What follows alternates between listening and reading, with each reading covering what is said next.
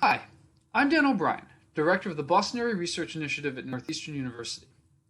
In collaboration with our colleagues at UMass Boston Center for Survey Research and the Boston Public Health Commission, we conducted a survey of Bostonians about their experiences during the COVID-19 pandemic. This survey was unique.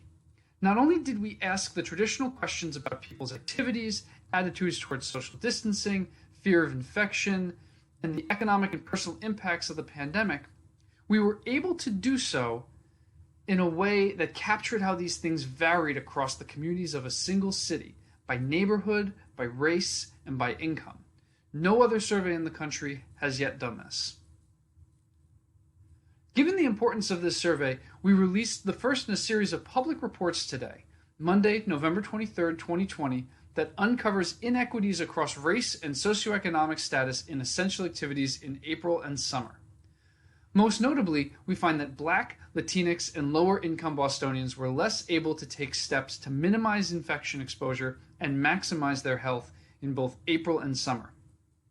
Now, given the reporting to date, this probably comes as no surprise, but it gives us hard scientific evidence of the fact.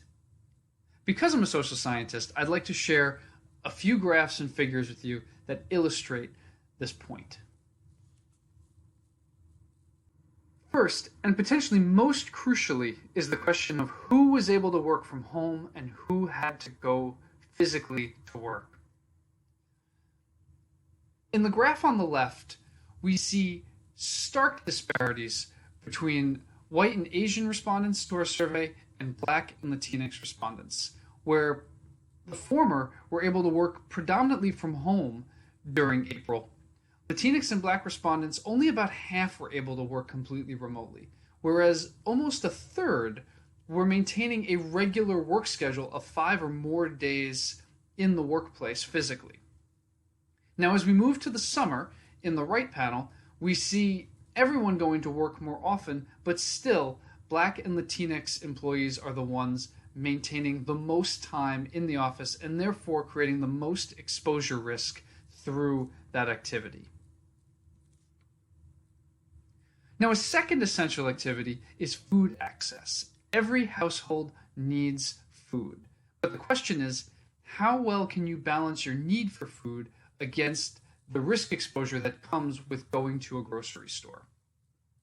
If we look at this map, we see that neighborhoods like Roxbury, Mattapan, Dorchester were making the most trips to grocery stores, food pantries, and food banks in April, whereas people living in Jamaica Plain, Roslindale, Brighton were doing so less often.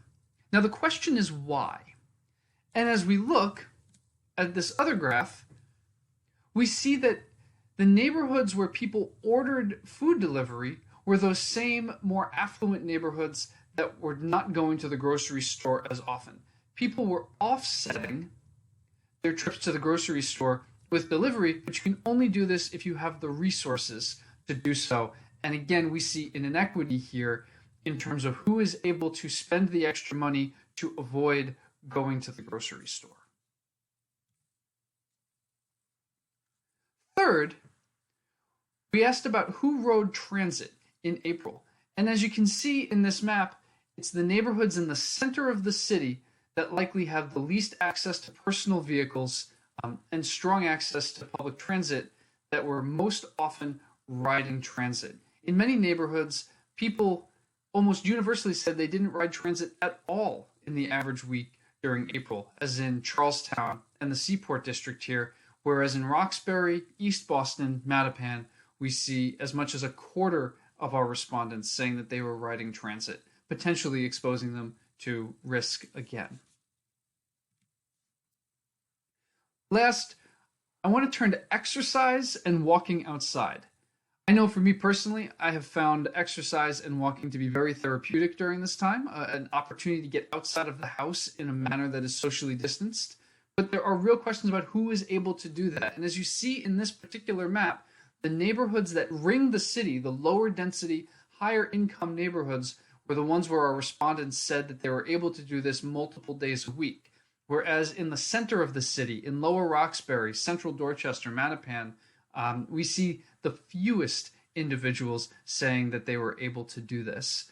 Now, the interpretation of this can be challenging because we do not know how often people were exercising and walking before the pandemic, but this is a sign of an activity that could be therapeutic that was less common in some areas of the city and more common in others. Overall, these insights have crucial implications as infections steadily rise across the state. Most importantly, it points to the need to support communities of color and low-income communities to lower their risk exposure, potentially by subsidizing food delivery or helping to organize pickup collaboratives that can lower the overall risk for a group of households, or to invest in testing and contact tracing for workers who have to be in person. Please stay tuned as we have many more insights from the survey to come. Next week, we will be releasing a second report on high-risk behaviors, attitudes towards social distancing guidelines, and mask wearing. We'll see you